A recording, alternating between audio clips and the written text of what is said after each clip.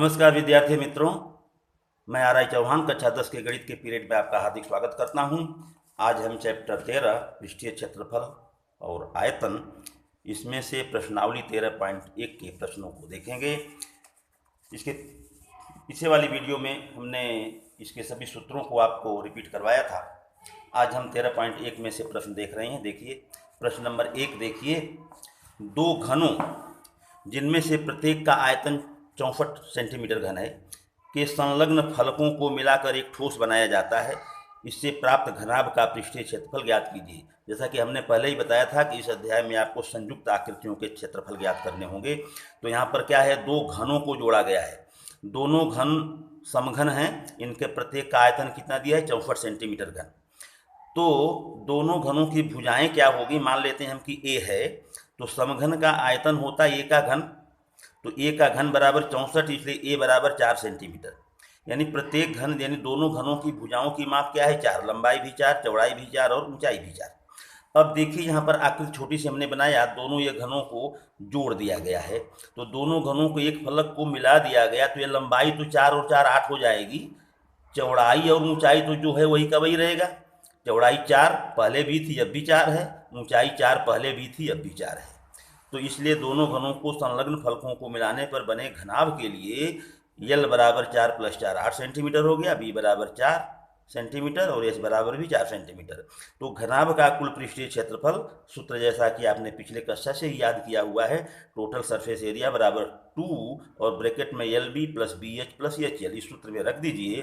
तो 2 और बड़ा ब्रैकेट बना के एल बी यानी 8 × 4, बी एच 4 × 4 और एच एल 4 × 8।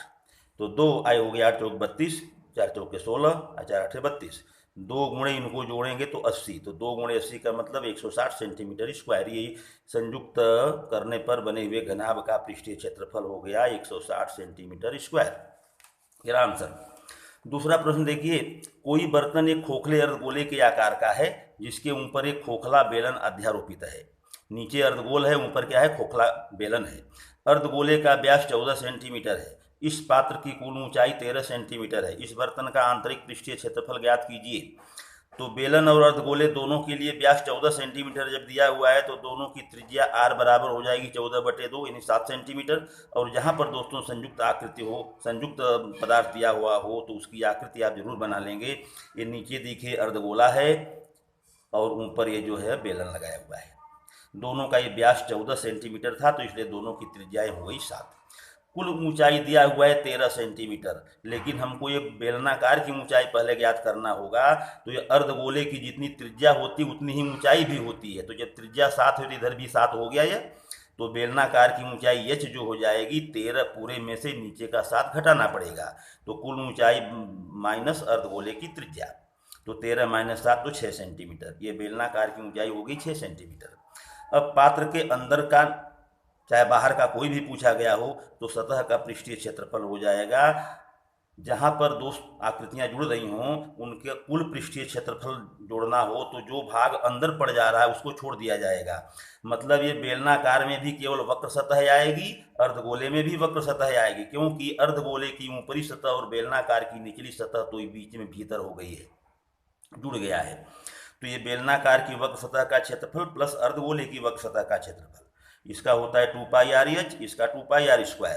तो 2πr कॉमन ले लिए तो h + r, 2 पाई के लिए 22/7, r के लिए 7, कोष्ठक में h का मतलब 6 है और ये त्रिज्या 7 है, तो 6 + 7, 7 से 7 कट गया, 22 दूनी 44, गुणे 6 7 13, 44 में 13 का गुणा करेंगे 572 सेंटीमीटर स्क्वायर। ये रहा आंसर। बिल्कुल सिंपल है। सूत्र यदि आपको याद हैं और आकृति को ध्यान से समझ लीजिए कि कौन सा भाग इसमें जुड़ रहा है, कौन सा भाग इसमें नहीं जुड़ रहा है, तो सूत्र याद है तो आप आराम से कर सकते हैं और गुणा भाग करने का आप अभ्यास कर लीजिए। एक प्रश्न और देखते हैं, क्वेश्चन नंबर 3।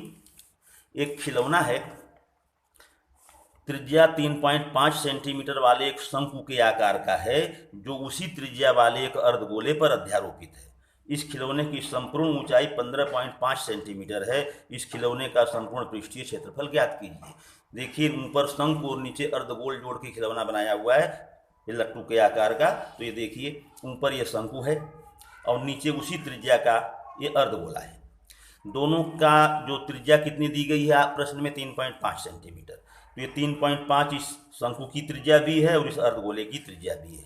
तो हमने लिख लिया शंकु तथा अर्धगोले दोनों के लिए r बराबर 3.5 सेंटीमीटर। अब देखिए कुल ऊंचाई ये 15.5 यहाँ से यहाँ तक है। तो ये शंकु भाग की ऊंचाई जो है यहाँ नीचे का भाग घटाना पड़ेगा। तो नीचे का भाग ये जो है अर्धगोले की जो ऊंचाई है उसकी त्रिज्या के बराबर ही होगी, अर्थात ये 3.5 क्या होगा इसमें से घटा देंगे। तो ये लिखेंगे शंकु की ऊंचाई h बराबर कुल ऊंचाई माइनस अर्धगोले की त्रिज्या। तो 15.5 माइनस 3.5 यानी 12 सेंटीमीटर ये शंकु की ऊंचाई हो गई। अब यहाँ पर शंकु का जो है वो ऊपर शंकु नीचे अर्धगोला है, वक्र सतह का क्षेत्रफल ज्ञात करना होगा। तो इसलिए वक्र सतह के क्षेत्रफल में शंकु के वक्र सतह के क्षेत्रफल में यल की आवश्यकता होती है। तो पहले हम यल ज्ञात करेंगे। यल स्क्वायर बराबर R square plus H square, यानी 3.5 का वर्ग प्लस 12 का वर्ग, ये होता है 12.25 और 144 जोड़ेंगे 156.25। तो यल बराबर करणी में 156.25 से कितने का वर्ग है निकालोगे 12.5 सेंटीमीटर। तो यल बराबर 12.5 सेंटीमीटर आया। अब इस खिलौने की कुल बाहरी पृष्ठीय क्षेत्रफल क्या होगा? तो शंकु की भी वक्र सतह आएगी और अर्धगोले की भी वक्र सतह आएगी, क्योंकि दोनों की ऊपर वाला जो भाग वो अंदर हो गया है। तो शंकु की वक्र सतह का क्षेत्रफल प्लस अर्धगोले की वक्र सतह का क्षेत्रफल, शंकु का होता है पाई आर एल, इसका 2 पाई आर स्क्वायर, कॉमन लेंगे पाई आर, इसमें बचेगा एल, इसमें बचेगा 2 आर। तो पाई का मतलब 22/7, आर का मतलब ये 3.5 है तो इसको रख देंगे 7/2, और ब्रैकेट में एल का आया हुआ है 12.5 और ये 2 और आर 3.5। तो इस 7 से 7 कट गया, 2 से 22 को काट दिए, 11 हो गई है।